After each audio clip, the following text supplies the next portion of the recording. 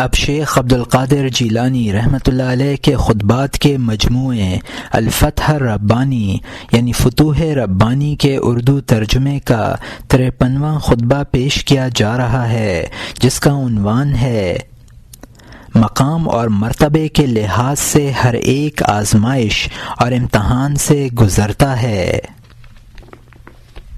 53ویں مجلس امتحان و ابتلا کے بیان میں 7 رمضان 545 ہجری کو منگل کے دن شام کے وقت مدرسہ قادریہ میں ارشاد فرمایا، بغیر آزمائش و جانچ پڑتال کے چارہ کار نہیں، خصوصاً دعویٰ کرنے والوں کے لیے۔ اگر جانچ پڑتال آزمائش کا معاملہ نہ ہوتا تو بہت مخلوق ولایت کی مدعی ہو جاتی۔ اسی واسطے بعض اولیاء اللہ نے فرمایا ہے، ولایت پر بلا و آزمائش کو مسلط فرما دیا گیا ہے تاکہ عموماً ولایت کا دعویٰ نہ کیا جائے۔ منجملہ ولی کی علامتوں کے ایک علامت اس کا مخلوق کی ایذا رسانی پر صبر کرنا اور ان سے درگزر کرنا ہے۔ اولیاء اللہ جو کچھ حالات مخلوق سے دیکھتے ہیں ان سے اندھے بن جاتے ہیں، اور جو کچھ ان سے سنتے ہیں اس سے بہرے بن جاتے ہیں۔ بتحقیق انہوں نے مخلوق کے لیے اپنی آبروؤں کو ہبا کر رکھا ہے۔ مشہور ہے کہ تیرا کسی شے کو محبوب رکھنا اندھا اور بہرا بنا دیا کرتا ہے۔ اولیاء اللہ نے حق عز و جل کو اپنا محبوب بنا لیا، پس وہ غیر اللہ سے اندھے اور بہرے ہو گئے ہیں۔ ان کی ملاقات مخلوق سے شیریں کلامی اور نرمی اور مدارات کے ساتھ ہوا کرتی ہے، اور کبھی اللہ واسطے کی غیرت کر کے غضب الہی سے متفق ہو کر مخلوق پر غضب و غصہ بھی کرتے ہیں۔ اولیاء اللہ طبیب ہیں، انہوں نے ہر مرض کی دوا کو پہچان لیا ہے۔ طبیب ہر ایک مرض کا علاج ایک ہی دوا سے کیا کرتا ہے۔ اولیاء اللہ مثل اصحاب کہف کے قلب اور معنی کے حیثیت سے پروردگار عالم کی حضوری میں رہا کرتے ہیں۔ ان کو جبرائیل علیہ السلام کروٹ دلاتے ہیں، ان کو قدرت و رحمت و لطف کا ہاتھ لوٹ پوٹ کرتا رہتا ہے، محبت کا ہاتھ ان کو پلٹتا ہے، ان کے دلوں کو پلٹے دیتا ہے اور ان دلوں کو ایک حالت سے دوسری حالت کی طرف منتقل کرتا ہے۔ ان کی دنیا کے طلبگاروں کے لیے ہے، اور ان کی آخرت کے طلبگاروں کے لیے۔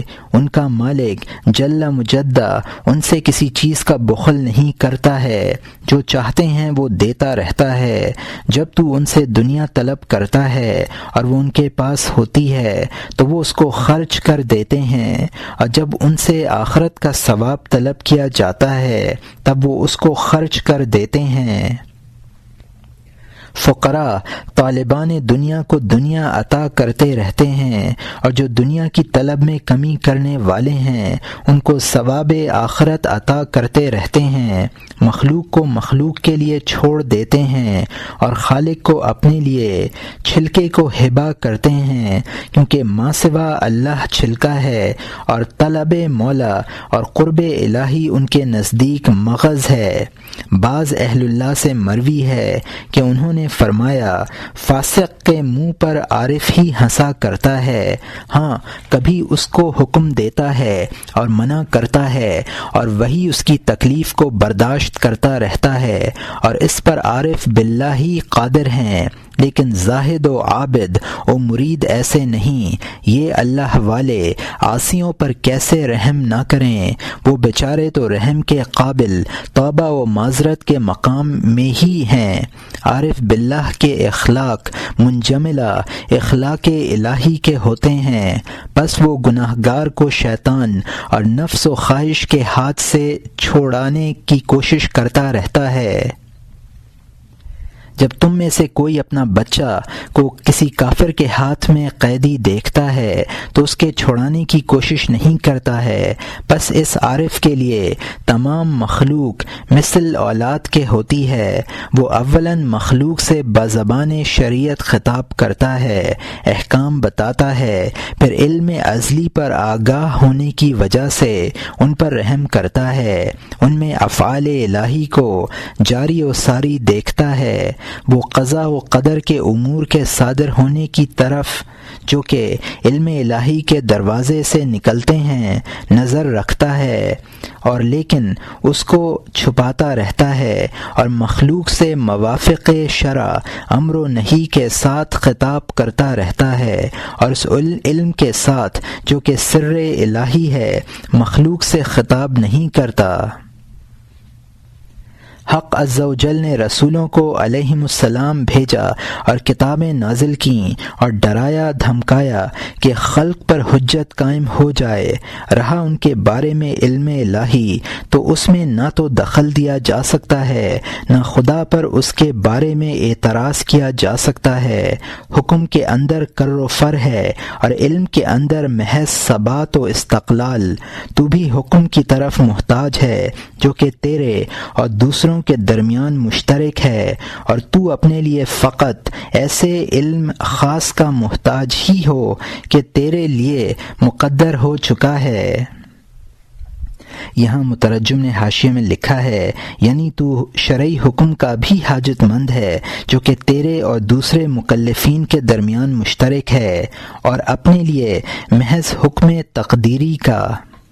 اور یہاں حاشیہ ختم ہوتا ہے۔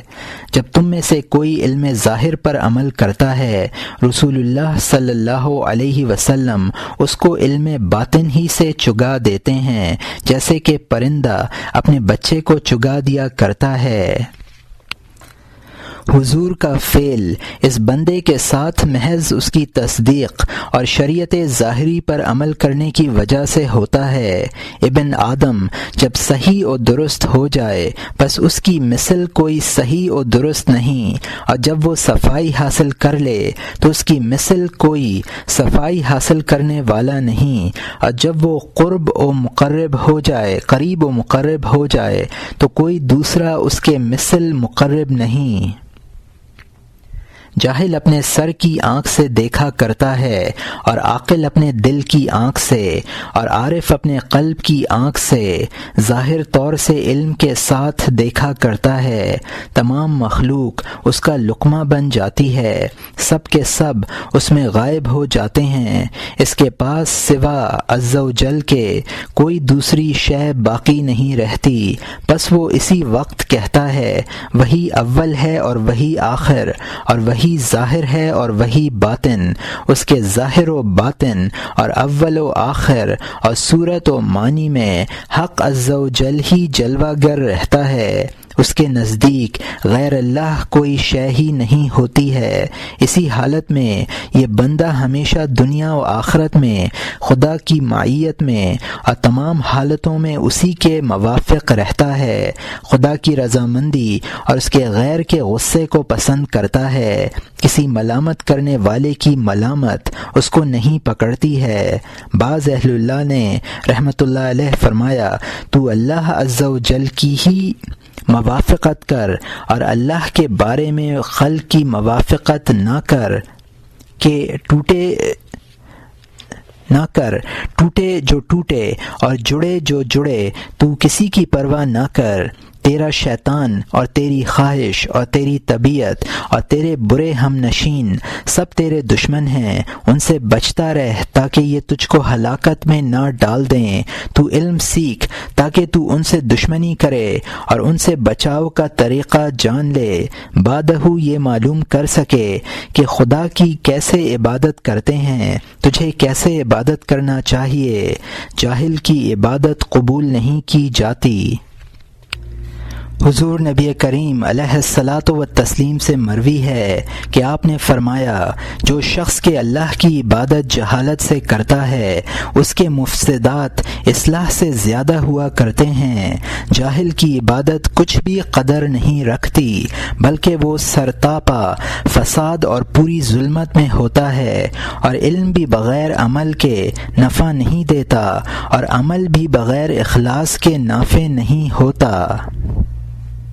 کوئی عمل بغیر اخلاص کے نفع نہیں دیتا، اور نہ اس کے کرنے والے سے وہ عمل قبول کیا جاتا ہے۔ جب تو علم پڑھے اور اس پر عمل نہ کرے تو علم تیرے اوپر حجت ہے۔ نبی صلی اللہ علیہ وآلہ وسلم سے مروی ہے کہ آپ نے ارشاد فرمایا ہے، جاہل 1 درجہ عذاب دیا جائے گا اور عالم 7 درجہ زیادہ۔ جاہل سے پوچھا جائے گا کہ کیوں نہ سیکھا، اور عالم سے سوال ہوگا کہ علم پر کیوں نہ عمل کیا۔ تو اولاً علم پڑھ اور عمل کر اور دوسروں کو علم سکھا، یہ صفتیں تیرے لیے تمام بھلائیوں کو جمع کر دیں گی۔ جب تو ایک کلمہ علم کا سنے گا اور اس پر عمل کرے گا اور دوسروں کو سکھا دے گا تو تیرے لیے 2 ثواب ہوں گے، ایک ثواب سیکھنے کا اور ایک ثواب سکھانے کا۔ دنیا تاریکی ہے اور علم دنیا میں نور، بس جسے علم نہیں ہے بس وہ اس تاریکی میں متحیر پھرتا رہتا ہے، اور اس کے فساد اس کی اصلاح سے بہت زیادہ ہوتے ہیں۔ اے علم کے دعوے دار، تو دنیا کو اور ما فیہا کو اپنے نفس و طبیعت اور اپنے شیطان اور اپنے وجود کے ہاتھ سے نہ لیا کر، نہ اپنے ریا و نفاق سے لے۔ تیرا زہد صرف ظاہری ہے اور تیری رغبت باطنی، ایسا زہد لغو ہے، تجھے اس پر عذاب دیا جائے گا۔ تو حق عز و جل پر فریب و مکر کرتا ہے، حالانکہ وہ تیری خلوت و جلوت کے معاملات اور ان چیزوں کو جو کہ تیرے دل کے اندر ہیں سب کو جانتا ہے۔ اس کے پاس نہ خلوت ہے اور نہ جلوت اور نہ پردہ و حجاب، سب برابر ہیں۔